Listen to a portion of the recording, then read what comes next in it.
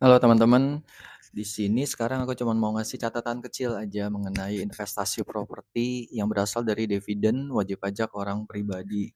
Nah, di dalam tulisan dari DDTC pun sudah pernah dibahas, tetapi aku pengen bahas yang lebih dalam lagi daripada cuman investasi propertinya saja gitu ya.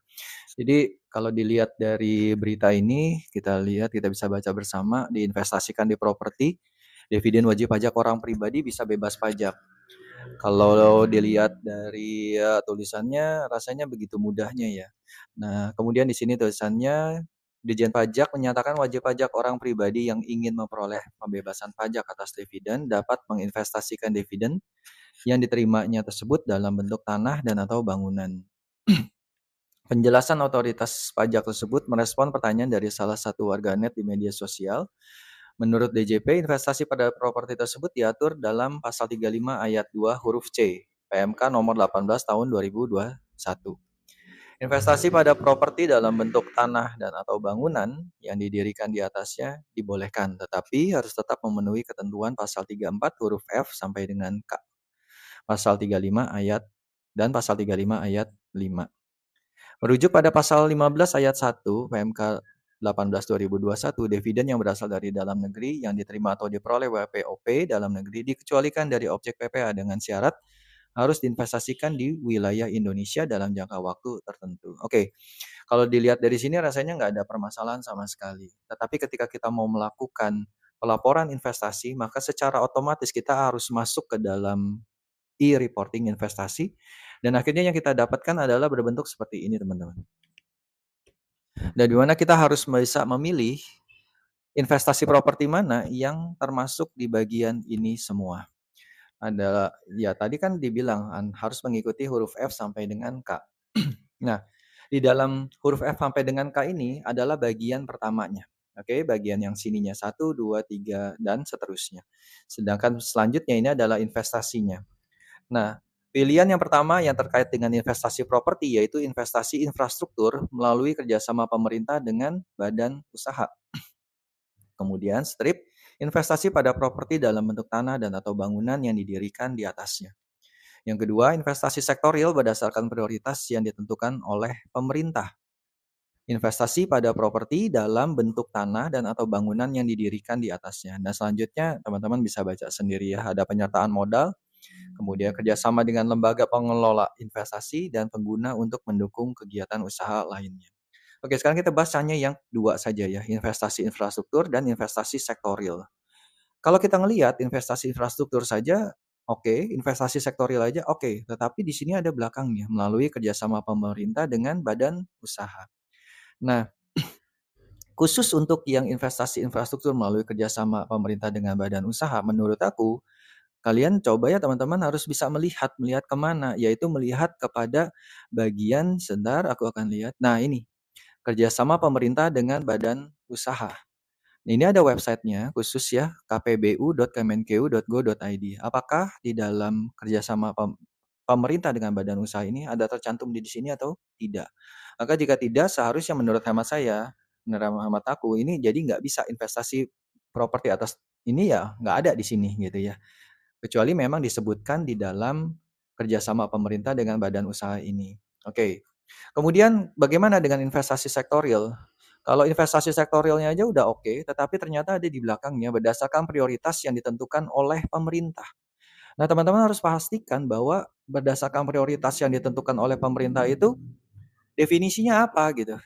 Nah, di dalam PMK yang sama, ya di dalam PMK yang sama, di dalam PMK 18 tahun 2021 kalau kita lihat, ya kita lihat di sini dulu. Kita bisa baca, tidak termasuk untuk properti yang mendapatkan subsidi pemerintah. Pasal 35 ayat 5. Aman ya? Jadi kalau kita bertransaksi untuk investasi properti yang bukan subsidi pemerintah, oke aman.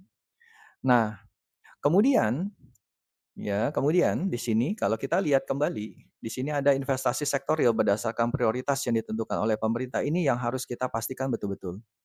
Oke. Di sini yang dimaksud dengan prioritas pemerintah adalah yang masuk ke rencana pembangunan jangka menengah sesuai pasal 34 ayat 4. Oke, teman-teman nanti kalau ada di sini aku ada salah, teman-teman bisa tolong bantu untuk di kolom komen supaya nanti bisa diperbaiki, oke? Ya maksudnya gini, ketika kita menyatakan investasi properti saja, itu nggak cukup, tetapi harus memilih bagian F sampai dengan K-nya ini, ya di dalam pasal 34-nya. Pasal 35-nya oke investasi propertinya, tetapi di dalam pasal 34 F sampai K ini harus ditentukan dulu yang mana nih. Ketika kita memilih investasi sektorial berdasarkan prioritas yang ditentukan oleh pemerintah, maka kita harus bisa yakinkan bahwa investasi sektorial yang berdasarkan prioritasnya ini sudah harus masuk ke dalam rencana pembangunan jangka menengah. RPJMN ini ditentukan selama kurang lebih sekitar 5 tahun, ya kalau dari 2020 ya ke 2024. Nah, teman-teman harus yakinkan bahwa di dalam investasi properti itu masuk atau tidak.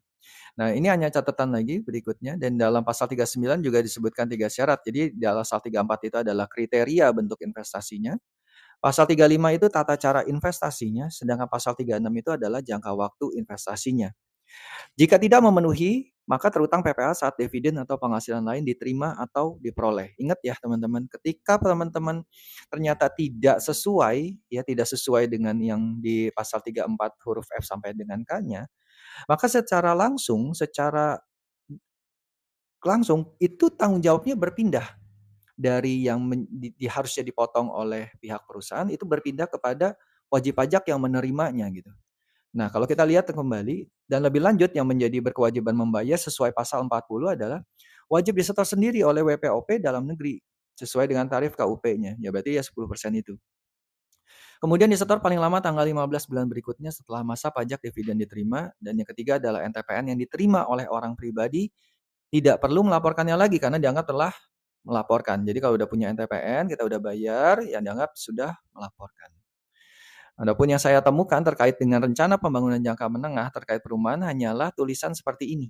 Ya, kalau teman-teman ya khususnya kalau teman-teman ada yang dari Bappenas mohon bisa bantu gitu ya.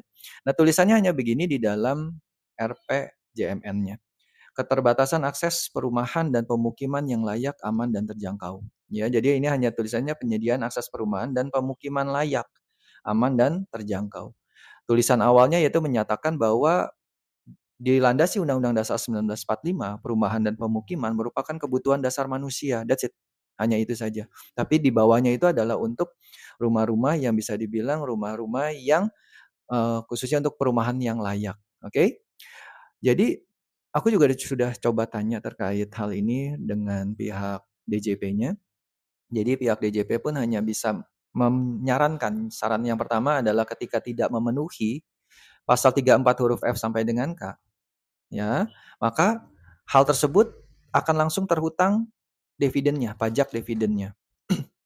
Atau juga pihak DJP menyarankan untuk berkonsultasi dengan pihak KPP-nya yang di mana wajib pajak tersebut terdaftar sehingga yang mengawasi katanya kan mereka. Jadi hal itu bisa lebih langsung bisa dikonsultasikan dengan pihak mereka. Oke, kesimpulannya apa?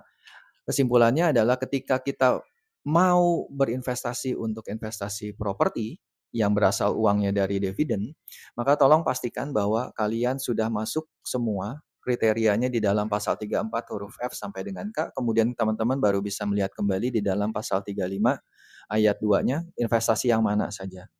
Tapi kalau teman-teman tidak bisa meyakinkan bahwa investasi itu betul-betul sudah masuk ke dalam kategori di dalam pasal 34 huruf F sampai dengan K, khusus dalam pembahasan ini yaitu berdasarkan prioritas yang ditentukan oleh pemerintah, maka teman-teman bisa menjadi rancu di situ dan akhirnya bisa dikenakan untuk PPh-nya. Karena kita sendiri sampai dengan saat ini aku belum bisa menemukan RPJMN-nya apakah masuk di dalam apakah investasi properti yang dibeli dari developer, apakah itu masuk atau tidak di dalam RPJMN-nya. Mungkin teman-teman yang di bagian dari Departemen Bappenas dan sebagainya ataupun yang lebih paham bisa tolong komen sehingga kita semua bisa kebantu. Oke teman-teman itu aja, semoga sharing ini bisa berguna buat kalian. See you, bye-bye.